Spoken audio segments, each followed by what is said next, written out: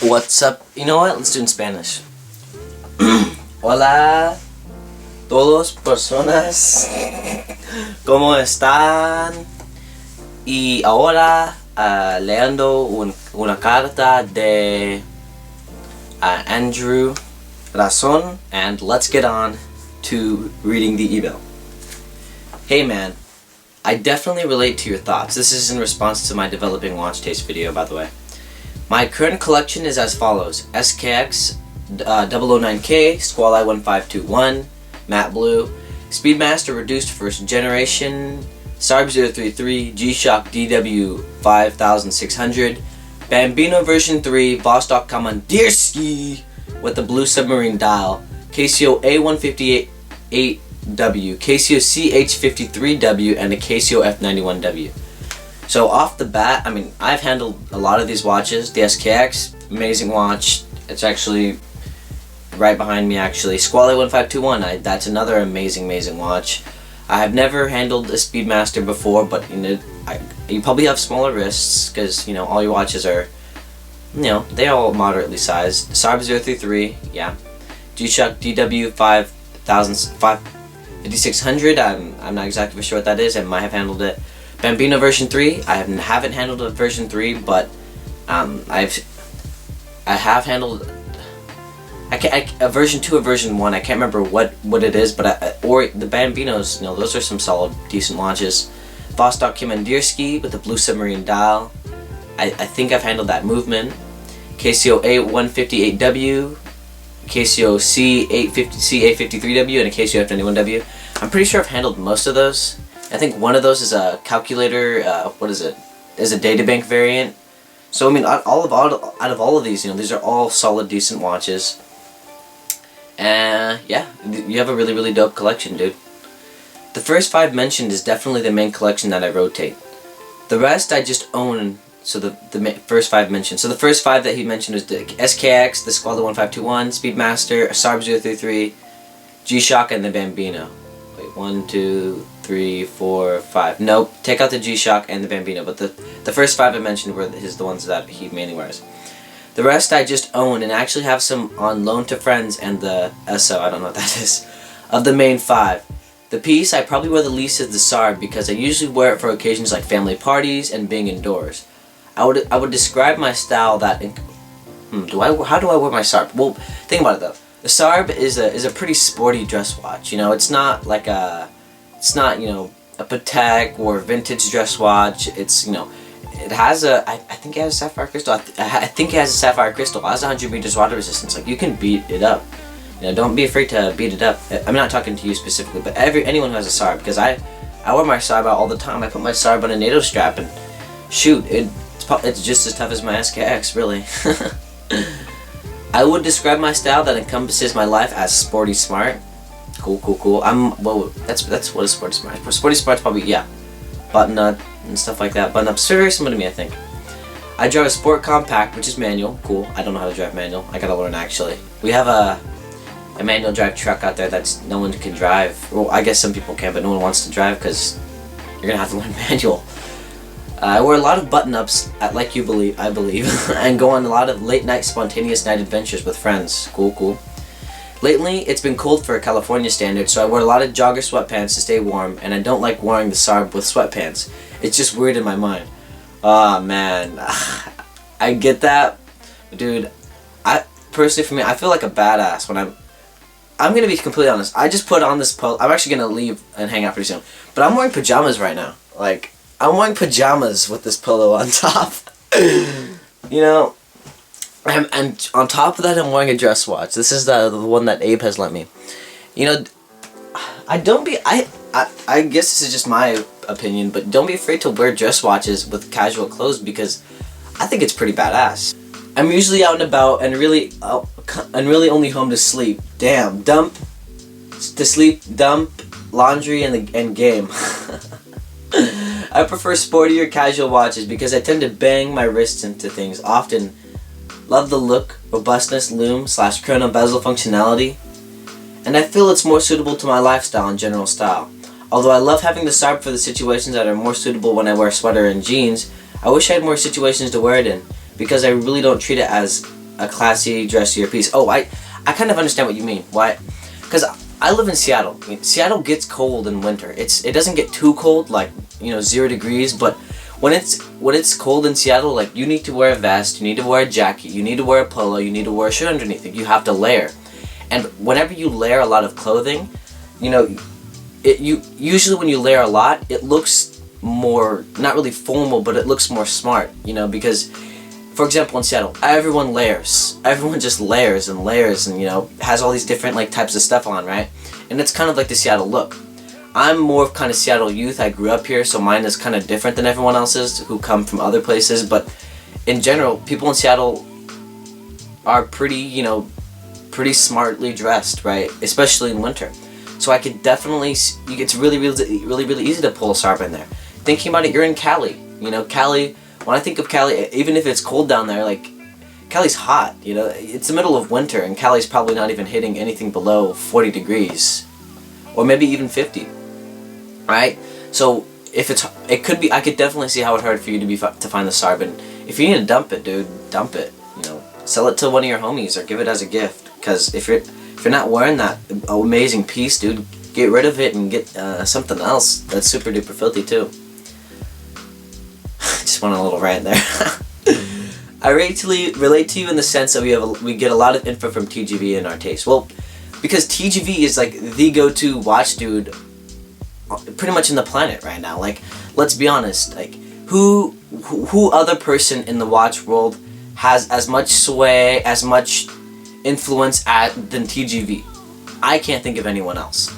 TGV's style is, he's an older dude, blah blah blah blah blah blah blah blah, right? But TGV has a huge influence on watch tastes. He has watch videos with over 500,000 views. That's not a lot for most other people, but for watches, that's insanely high. That might as well be 50 million, right? So obviously he's going to influence some of your taste. He's had so many different types of watches. He has a credible voice, right? And he has his favorites, right? And I have mine. Everyone else has theirs, right? But he has handled so many damn timepieces. When he says this one is really, really good, you have to listen, because he's handled like 100 plus watches. Man. So it's totally okay. The Sarb, I actually got that in from I didn't buy the Sarb online. I got it from a friend after I reviewed it, and it's an amazing watch. When he says it's a great watch, he's not saying like, oh, this is a great watch. Like, I've handled a lot of the watches he says are great, and they are. Trust me. So I think it's totally okay to relate to TGV. However, your collection is really influenced by TGV. Try to switch out. Spend like $20, grab something like you might have never even thought, right? Because you can really switch up your perceptions by just buying a $30 vintage watch on eBay, really. So just keep that in mind. If you ever want to change your perceptions, anyone who's watching this, just pick a budget, any number. Let's just say $300, and just look at all the different watches you can keep for $300. Off the top of my head, if I had $300 right now, I'd pick up a vintage Soviet chronograph, mechanical chronograph. Yes, you can find mechanical chronographs under $500, and on top of that, it's vintage and it's Soviet. That's super duper filthy. Take a deep dive. Take a look at what's in the watch world. And if you don't, it's totally okay if you rely on people like me, like TGV, because we handle a lot of watches.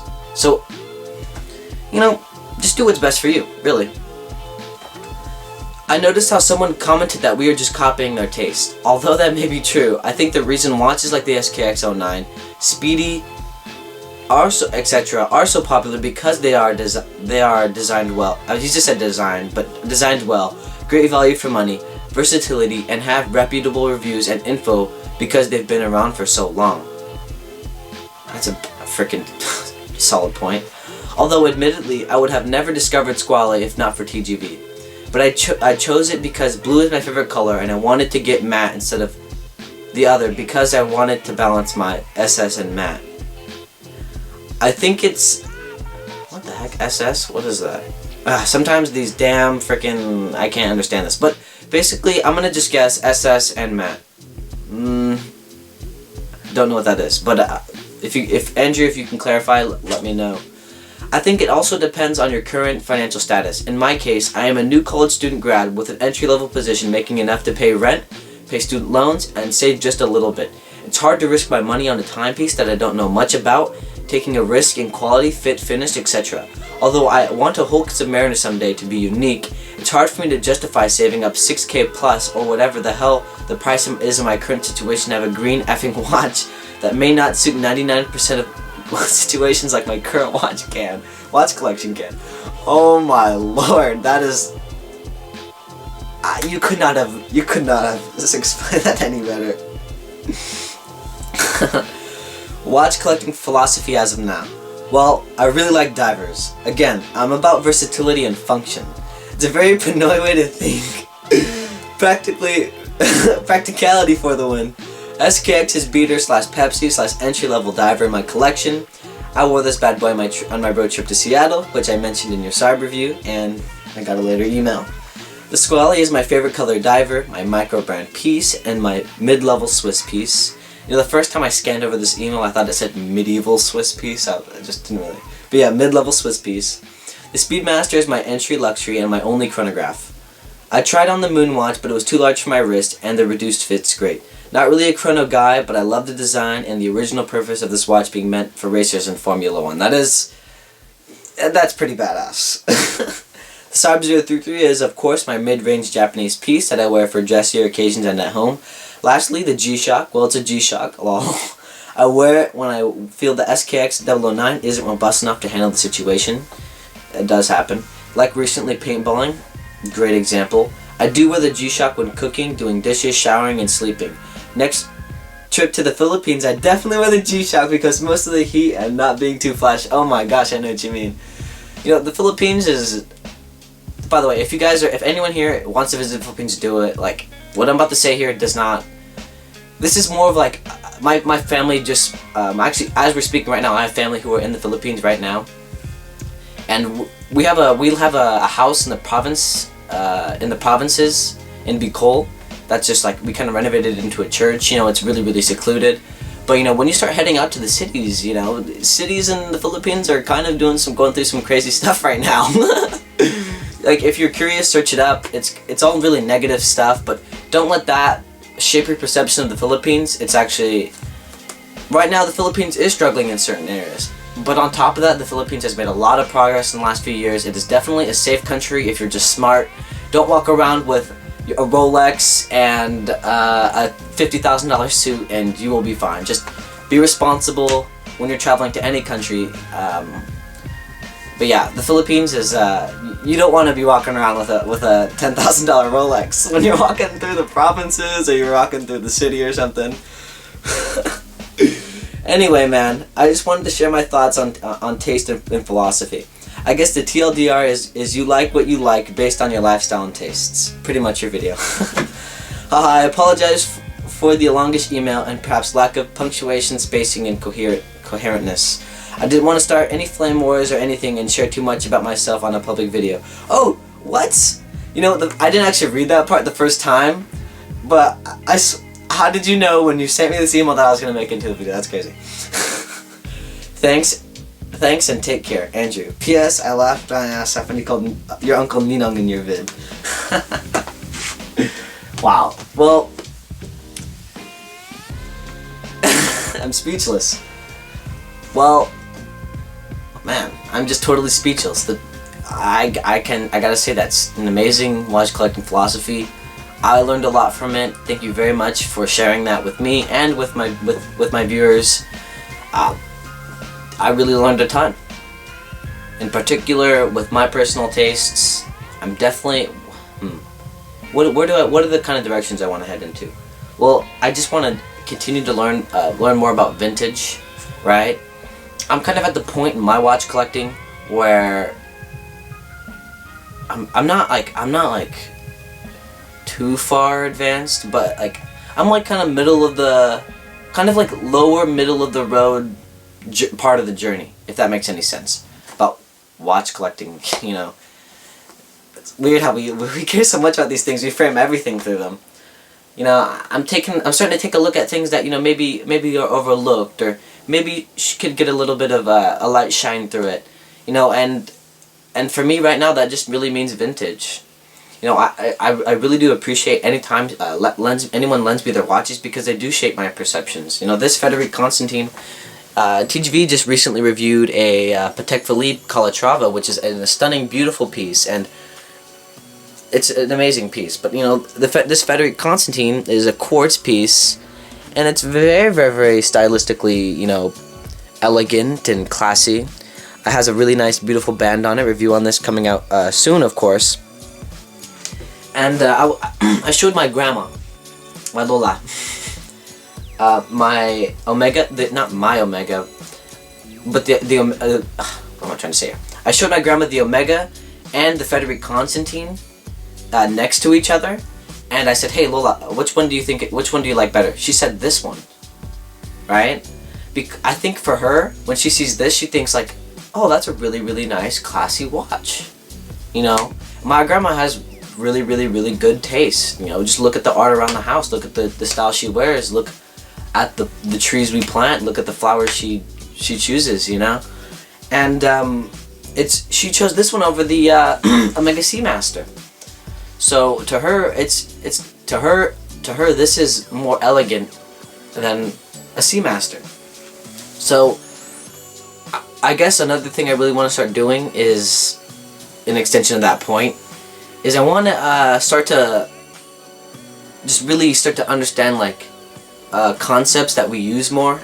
I know this is like really, really, you know, like abstract kind of blah blah blah blah blah, but you know, as a watch guy who has a watch YouTube channel, I kind of have to think about this stuff, right? Because I have you guys that I can share this information with, and I really want to start learning more about what like a classy dress watch even really is. You know, what is like what is a good tool watch? You know, what are the things that make a tool watch actually good? You know, what are the things that what makes a vintage piece like a dope vintage piece?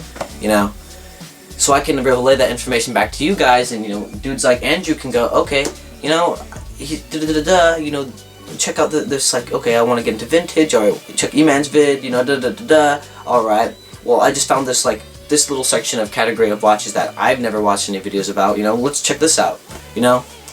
So in short, I just want to learn more. TLDR, like Andrew's. Yeah, thank you very, very, very much, Andrew, for sending me that email. I appreciate the time you took out of your day to send me an email like that. I'm sure everyone here appreciates it too. I can't say anything else, but I learned a ton. Thank you very, very much. And of course, leave your guys' response to my thoughts and Andrew's thoughts in the comment section below. And Akuma out.